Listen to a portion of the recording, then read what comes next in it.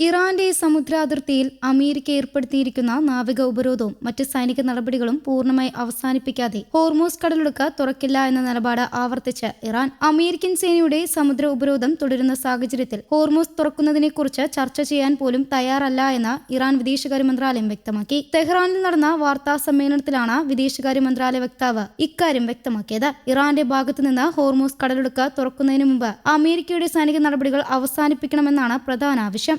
നിലവിലെ സാഹചര്യത്തിൽ കടലൊഴുക്കിന്റെ സുരക്ഷയും കപ്പൽ ഗതാഗതവും വലിയ ആശങ്കയായി തുടരുകയാണ്. ലോകത്തിലെ പ്രധാനപ്പെട്ട എണ്ണക്കടൽപാതകളിലൊന്നാണ് ഹോർമൂസ് കടലൊഴുക്ക്. ഗൾഫ് രാജ്യങ്ങളിൽ നിന്നുള്ള വലിയ തോതിലുള്ള എണ്ണയും മറ്റ് ഇന്ധനങ്ങളും ലോകത്തിന്റെ വിവിധ ഭാഗങ്ങളിലേക്ക് എത്തുന്നത് ഈ കടൽപാതയിലൂടെയാണ്. അതുകൊണ്ട് തന്നെ ഇവിടെ ഉണ്ടാകുന്ന ചെറിയൊരു തടസ്സം പോലും അന്താരാഷ്ട്ര എണ്ണ വിപണിയെയും കപ്പൽ ഗതാഗതത്തെയും ബാധിക്കാനുള്ള സാധ്യതയുണ്ട്. അതേസമയം ഹോർമൂസ് കടലൊഴുക്കിലെ കപ്പൽ ഗതാഗതവുമായി ബന്ധപ്പെട്ട ഒമാനുമായി ചർച്ചകൾ തുടരുകയാണെന്ന് ഇറാൻ അറിയിച്ചു. ചില സാങ്കേതിക പ്രശ്നങ്ങൾ കൂടി പരിഹരിക്കാനുണ്ടെന്നാണ് വിദേശകാര്യ മന്ത്രാലയത്തിന്റെ വിശദീകരണം. ഈ പ്രശ്നങ്ങൾ പരിഹരിക്കാൻ കഴിഞ്ഞാൽ ഇറാനും ഒമാനും ചേർന്ന് ഒരു സംയുക്ത പ്രസ്താവന പുറത്തിറക്കാൻ സാധ്യതയുണ്ടെന്നും ഇസ്മായിൽ ബാഗ്ചി പറഞ്ഞു. ഇതിനിടെ ഇറാഖും ഡ്രോൺ ആക്രമണങ്ങളുടെ പശ്ചാത്തലത്തിൽ കടുത്ത മുന്നറിയിപ്പുമായി രംഗത്തെത്തി. മുൻകൂർ അനുമതിയില്ലാതെ രാജ്യത്തിന്റെ വ്യോമപരിധിയിൽ ഡ്രോൺ പറത്തുന്നത് ഭീകരവാദ പ്രവർത്തനമായി കണക്കാക്കി നടപടി സ്വീകരിക്കുമെന്ന് ഇറാഖ് പ്രഖ്യാപിച്ചു. ഇറാഖിൽ നിന്ന് ഇറാനെ പിന്തുണയ്ക്കുന്ന ചില സായുധ സംഘങ്ങൾ അയൽ രാജ്യങ്ങളിലേക്ക് ഡ്രോൺ ആക്രമണം നടത്തുന്നതായ റിപ്പോർട്ടുകൾ പുറത്തുവന്നതിനിടെയാണ് ഇറാഖിന്റെ പുതിയ പ്രഖ്യാപനം. രാജ്യത്തിന്റെ മണ്ണ് ഉപയോഗിച്ച്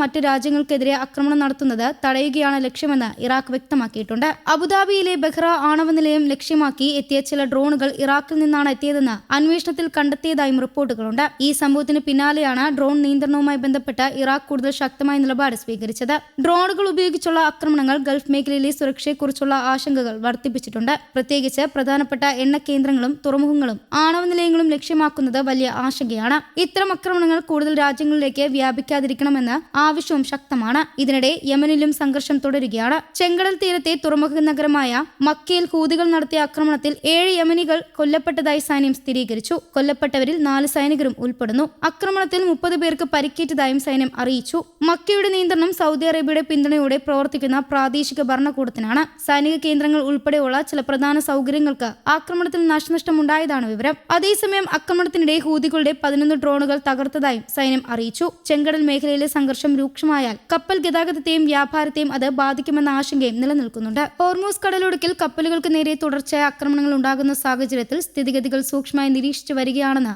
Abu Dhabi national oil company ADNOC അറിയിച്ചു. കപ്പൽ ഗതാഗതത്തിലെ തടസ്സങ്ങൾ എണ്ണ കയറ്റുമതിയെ ബാധിക്കാതിരിക്കാനുള്ള നടപടികളും കമ്പനി സ്വീകരിക്കുന്നുണ്ട്. എണ്ണ കയറ്റുമതിക്കായി ഹോർമൂസിന് പുറമെ മറ്റ് മാർഗങ്ങൾ കണ്ടെത്താനുള്ള ശ്രമത്തിലാണ് അഡ്നോക്. നിലവിലെ സ്ഥിതി കൂടുതൽ വഷളായാൽ എണ്ണ കയറ്റുമതിയിൽ തടസ്സം ഉണ്ടാകാനുള്ള സാധ്യത കണക്കിലെടുത്താണ് ബദൽ മാർഗങ്ങൾ തേടുന്നത്. ഗൾഫ് മേഖലയിലെ ഈ സംഭവങ്ങൾ ലോകത്തിന്റെ പല ഭാഗങ്ങളും ശ്രദ്ധയോടെ നിരീക്ഷിക്കുകയാണ്. ഇറാനും അമേരിക്കയും തമ്മിലുള്ള സംഘർഷം, ഹോർമൂസ് കടലൊടുക്കിലെ കപ്പൽ ഗതാഗതം, ഇറാഖിൽ നിന്നുള്ള ഡ്രോൺ ആക്രമണങ്ങളുടെ റിപ്പോർട്ടുകൾ, യമനിലെ ഹൂതി ആക്രമണങ്ങൾ എന്നിവയെല്ലാം പരസ്പരം ബന്ധപ്പെട്ടാണ് ഇപ്പോൾ വിലയിരുത്തപ്പെടുന്നത്. ഹോർമൂസ് കടലൊടുക്ക് സാധാരണ നിലയിലേക്ക് കൊണ്ടുവരാൻ നയതന്ത്ര ചർച്ചകൾക്ക് കഴിയുമോ എന്നതാണ് ഇനി പ്രധാന ചോദ്യം. ഇറാനും ഒമാനും തമ്മിലുള്ള ചർച്ചകൾക്ക് ഈ സാഹചര്യങ്ങൾ വലിയ പ്രാധാന്യമുണ്ട്. അതോടൊപ്പം അമേരിക്കയുടെ സൈനിക നടപടികളുമായി ബന്ധപ്പെട്ട ഇറാന്റെ നിലപാടിലും മാറ്റമുണ്ടാകുമോ എന്നതും ലോകം ഉറ്റുനോക്കുകയാണ്. ഇപ്പോഴത്തെ സാഹചര്യം തുടർന്നാൽ എണ്ണവിനിയിലും കപ്പൽ ഗതാഗതത്തിലും കൂടുതൽ സമ്മർദ്ദമുണ്ടാകാൻ സാധ്യതയുണ്ട്. ആയതിനാൽ ഗൾഫ് മേഖലയിലെ സംഘർഷം കൂടുതൽ രൂക്ഷമാകാതെ പ്രശ്നങ്ങൾ ചർച്ചയിലൂടെ പരിഹരിക്കണമെന്ന ആവശ്യമാണ് ഉയരുന്നത്. ഹോർമൂസ് കടലൊടുക്കിലൂടെയുള്ള കപ്പൽ ഗതാഗതം സുരക്ഷിതമായി പുനഃസ്ഥാപിക്കാനും മേഖലയിലെ സംഘർഷം കുറയ്ക്കാനും കഴിയുമോ എന്നതിലാണ് ഇനി എല്ലാവരുടെയും ശ്രദ്ധ. News desk Kerala Kaumudi.